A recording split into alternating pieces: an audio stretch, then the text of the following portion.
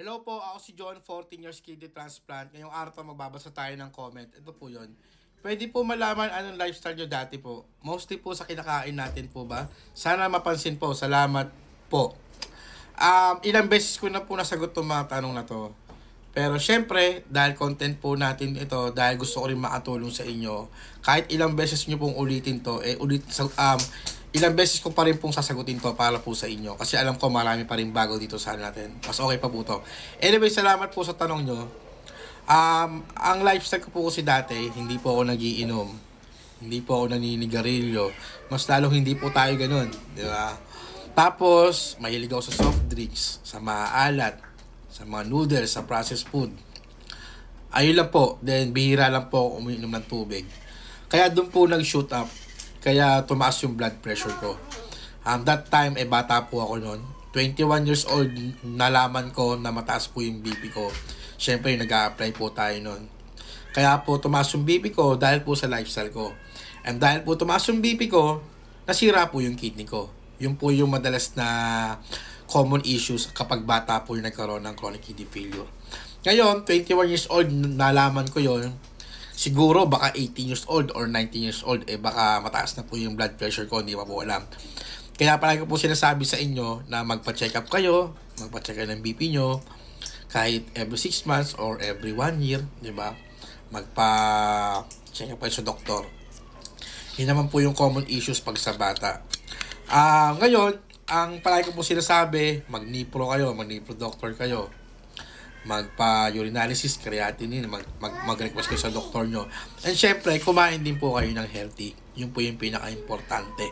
Isipin nyo na lang po na kahit gano'ng kamahal maging healthy, wala po tayong magagawa. Nasa Pilipinas po tayo. Isipin na lang natin na nakakabili tayo ng mahal na bagay. Bakit hindi yung mga gulay, yung mga isda, diba? And palagi ko po sinasabi, ginagawa ko po ito dahil ayoko mangyari sa inyo yung maling naranasan ko, yung maling ginawa ko, yung bata pa po ako. Sa mga nakapanood nito, sana hindi pa po huling ang lahat para sa inyo. Gawin nyo po yung tama, gawin nyo po yung makakabuti sa katawan nyo. Dahil ayoko po mangyari sa inyo, yun nangyari sa akin. Kaya ako gumagawa ng mga ganitong content para makatulong po sa inyong lahat. Hindi naman po yung purpose ko kung bakit gumagawa ko ng ganitong content. Wala na po akong ibang agenda, kundi makatulong lang po sa inyo. Lalo na sa mga matatanda, sa mga bata. Maawain po kasi ako sa mga matatanda. At syempre, tatay na rin po ako ni Pio tsaka ni Lia. Kaya, yun po yung reason ko dahil ayoko maapektuhan din yung mga bata, yung mga ibang bata na nasa panahon ngayon, pabata na po nagkakaroon ng chronic kidney disease. And also, lastly, kailangan gumagawa ng ganitong content kasi yung time ko, wala po mga ganito.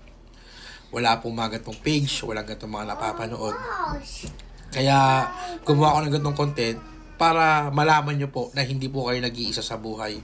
Na hindi lang po kayo may sakit na ganito. Kaya kailangan natin magtulungan. And despite na nahihirapan tayo, despite na sobrang hirap ng buhay, napapagod tayo, nauubos ang pera natin, and latang-lata tayo, at the end of the day, piliin pa rin natin maging mabuting tao sa iba, sa sarili natin, and piliin pa rin natin maging masaya. Yun lang po, kung ano man ang ginagawa natin, kung nasan man tayo, mas importante pa rin ang kalusugan natin. God bless po sa atin sa lahat, and mag-aalaga muna ako ng mga bata. Ang kukulit. God bless po.